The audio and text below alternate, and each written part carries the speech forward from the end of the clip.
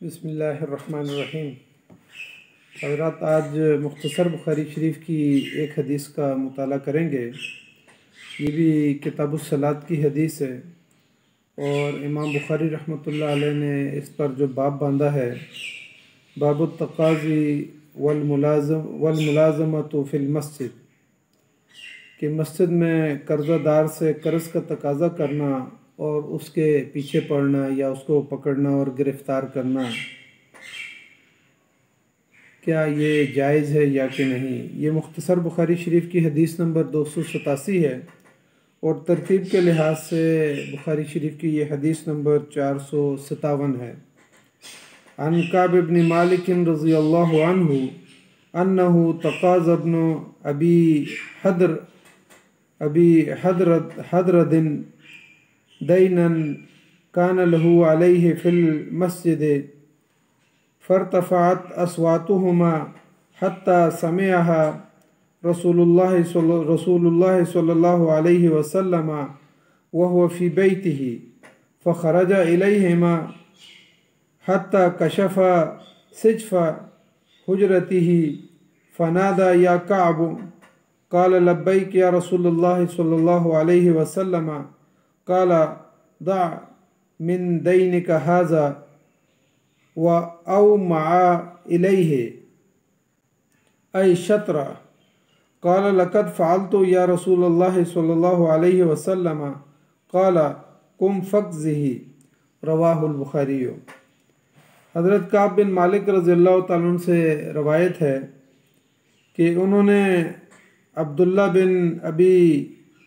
हदरद रज़ियल्लाहु तआला अन्हु से मस्जिद में अपने कर्ज़े का तकाज़ा किया। उस पर दोनों की आवाज़ें बुलंद हो गईं, यहाँ तक कि रसूलुल्लाह सल्लल्लाहु अलैहि वसल्लम अपने हुजरे के अंदर थे और उन्होंने ये आवाज़ सुन ली और आप सल्लल्लाहु अलैहि वसल्लम अपने हुजरे मुबारक से बाहर तशरीफ़ लाए और हुजरे का पर्दा उठाकर आवाज़ दी, ए काब रज़ियल्लाहु तआला अन्हु, यानी हज़रत काब बिन मालिक रज़ियल्लाहु तआला अन्हु को मुखातिब किया और फरमाया कि उन्होंने कहा कि लब्बैक या रसूलुल्लाह सल्लल्लाहु अलैहि वसल्लम। आपने फरमाया कि तुम अपने कर्ज़े में से कुछ कमी कर दो और इशारे से फरमाया कि निस्फ़ कर दो। यानी पहले तो ये कहा कि इस कर्ज़े में कुछ कमी कर दें और फिर इशारे से फरमाया कि निस्फ़ कर दें। तो हज़रत काब बिन मालिक रज़ियल्लाहु तआला अन्हु ने फरमाया कि अल्लाह के रसूल सल्लल्लाहु अलैहि वसल्लम, मैंने कर दिया। फिर आप सल्लल्लाहु अलैहि वसल्लम ने इब्ने अबी हदरद रज़ियल्लाहु तआला अन्हु से फरमाया कि उठो और बाकी कर्ज़ा इनका अदा कर दो। तो इससे यानी हदीस से और तर्जुमतुल बाब से ये बात साबित होती है, अगरचे मस्जिद जो है इबादत के लिए है और ज़िक्र अस्कार के लिए है, मस्जिद अल्लाह का घर है और उसके अंदर जो है ना आवाज़ें बुलंद करने और इस तरीके से असला लेके जाने, इन चीज़ों से मना किया गया है नबी सल्लल्लाहु अलैहि वसल्लम ने। लेकिन इमाम बुखारी रहमतुल्लाह अलैह यहाँ पर जो बाब लेकर आए हैं तो उसमें ये बात आती है कि हज़रत काब बिन मालिक रज़ियल्लाहु तआला अन्हु का और इब्ने अबी हदरद रज़ियल्लाहु तआला अन्हु का ये मामला जो है उसमें उन्होंने अपना कर्ज़ तलब किया तो दोनों की आवाज़ें जो हैं वो बुलंद हो गईं और काब बिन मालिक रज़ियल्लाहु तआला अन्हु ने उनको पकड़ा हुआ था। और इस हदीस में अगरचे कि उनके पकड़ने और गिरफ़्तार करने की बात तो नहीं आ रही, लेकिन ये हदीस और तुरुक से भी जो है इमाम बुखारी रहमतुल्लाह अलैह ने बुखारी शरीफ में ज़िक्र की है और उसके अंदर ये बात आती है कि उन्होंने उनको पकड़ा हुआ था। तो फिर जब उनकी आवाज़ें बुलंद हो गईं तो उसके बाद नबी अकरम सल्लल्लाहु अलैहि वसल्लम ने यानी जब आवाज़ें सुनी तो आप सल्लल्लाहु अलैहि वसल्लम अपने हुजरे मुबारक से बाहर तशरीफ़ लाए और काब बिन मालिक रज़ियल्लाहु तआला अन्हु को मुखातिब करके कहा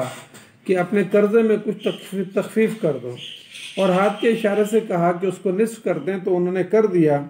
और फिर इब्ने हदरत रज़ियल्लाहु तआला अन्हु को नबी सल्लल्लाहु अलैहि वसल्लम ने कहा कि उठो और बाकी इनका कर्ज़ा अदा करो। इस हदीस से यानी इस तर्जुमतुल बाब से और इस हदीस से ये बात सामने आती है कि मस्जिद के अंदर जो है ना कर्ज़ा तलब किया जा सकता है और जिससे कर्ज़ लेना हो उसको पकड़ा भी जा सकता है। तो यानी बवक्त ज़रूरत जो है ना आवाज़ अगर बुलंद हो जाए तो इसमें जो है ना कोई हरज नहीं है, बवक्त ज़रूरत इस तरह से आवाज़ बुलंद हो भी सकती है। इस हदीस से ये बात भी वाज़ेह होती है कि किसी के दरमियान अगर तनाज़ा हो तो उन दोनों के दरमियान जो है मुसलमानों के और अहले ईमान के दरमियान सुलह करा देनी चाहिए। जैसा कि नबी सल्लल्लाहु अलैहि वसल्लम ने ख़ुद आवाज़ सुनी और बाहर तशरीफ़ लाए और आप सल्लल्लाहु अलैहि वसल्लम ने उन दोनों सहाबा इकराम की जो आवाज़ें बुलंद हो गई थी तो उनके दरमियान सुलह करवा दी। इस हदीस से ये बात भी साबित होती है कि जिसने कर्ज तलब करना है, अगर जज या फिर इसी तरीके से जिरगा या सुलह करवाने वाले अगर उससे मुतालबा करें कि कुछ कर्जे में आप तखफीफ कर दें, तो उसको मामले को आसान बनाने के लिए उसको चाहिए कि वो ताकि मामला आसानी से हल हो जाए तो उसमें कुछ तखफीफ कर लेनी चाहिए। जो भी मुनासिब हद तक तखफीफ वो कर सकते हो उसको कर लेनी चाहिए। तो काब बिन मालिक रज़ी अल्लाह, जैसे कि नबी सल्लल्लाहु अलैहि वसल्लम ने उनको इशारा करके कहा और कहा भी कि आप उसमें तखफीफ करें और इशारे से निस्फ की तरफ इशारा किया, तो काब बिन मालिक रज़ी अल्लाह तआला अन्हु ने फिर निस्फ उसमें तखफीफ कर दी और निस्फ जो है ना फिर उनको अदा कर दिया गया। इस दौर में इस हदीस से ये बात भी साबित होती है कि उस दौर में घरों के दरवाजे नहीं होते थे और ना ही बहुत बुलंद बाला जो है ना बिल्डिंगें होती थी, बल्कि घरों के दरवाज़ों के ऊपर पर्दे भी नहीं होते थे। इल्ला चंद सहाबा इकराम या ख़ुद नबी अकरम सल्लल्लाहु अलैहि वसल्लम के हुजरे के ऊपर जो है ना पर्दा लटक रहा था। तो यहाँ पर इस हदीस से ये बात साबित होती है कि बवक्त ज़रूरत अपने घर के ऊपर जो है पर्दे के लिए जो है ना दरवाजे के ऊपर अगर पर्दा लगा दिया जाए तो इसमें कोई हरज नहीं है। तो इस हदीस से भी ये साबित होता है कि नबी अकरम सल्लल्लाहु अलैहि वसल्लम के हुजरा मुबारक के बाहर पर्दा लटक रहा था और आप सल्लल्लाहु अलैहि वसल्लम जब बाहर तशरीफ़ ला रहे थे तो पर्दे को आपने उठाया हुआ था। इसी तरीके से अल्लामा हाफिज़ इब्न हजर अस्कलानी ने लिखा है कि अब्दुल्ला इब्न अबी हदरत जो हैं इनके ऊपर 2 ओकिए जो है ना चांदी कर्ज थी हज़रत काब बिन मालिक रज़ी अल्लाह तआला अन्हु की। तो नबी सल्लल्लाहु अलैहि वसल्लम ने जब निस्फ का इशारा किया तो उन्होंने फिर 1 ओकिया जो है वो चांदी माफ़ कर दी थी और बाकी का फिर नबी सल्लल्लाहु अलैहि वसल्लम ने उनसे कहा कि इसको अदा करें। इस हदीस से एक बात ये भी सामने आती है कि जब दोनों सहाबा इकराम की आवाज़ें बुलंद हो गईं तो नबी सल्लल्लाहु अलैहि वसल्लम फ़ौरन बाहर तशरीफ़ लाए और फिर उनके दरमियान जो है ना ये फैसला करवा दिया और उनका मामला जो है वो केस अपने हाथ में ले लिया। हालांकि दोनों सहाबा नबी सल्लल्लाहु अलैहि वसल्लम के पास केस लेके नहीं गए थे और वो अपना मामला नबी सल्लल्लाहु अलैहि वसल्लम के सुपुर्द नहीं किया था, बल्कि नबी सल्लल्लाहु अलैहि वसल्लम खुद इस आवाज़ों को सुन के बाहर जब तशरीफ़ लाए तो आप सल्लल्लाहु अलैहि वसल्लम ने ज़ाहिर आवाज़ें तो सुन ली थी और उनका मामला समझ में आ गया था। तो इसलिए हज़रत नबी सल्लल्लाहु अलैहि वसल्लम ने दोनों के मामले को और केस को अपने हाथ में ले लिया और फिर उसका फ़ैसला करवा दिया और काब बिन मालिक रज़ी अल्लाह तआला अन्हु ने खुशी से जो है ना उस फैसले को कबूल किया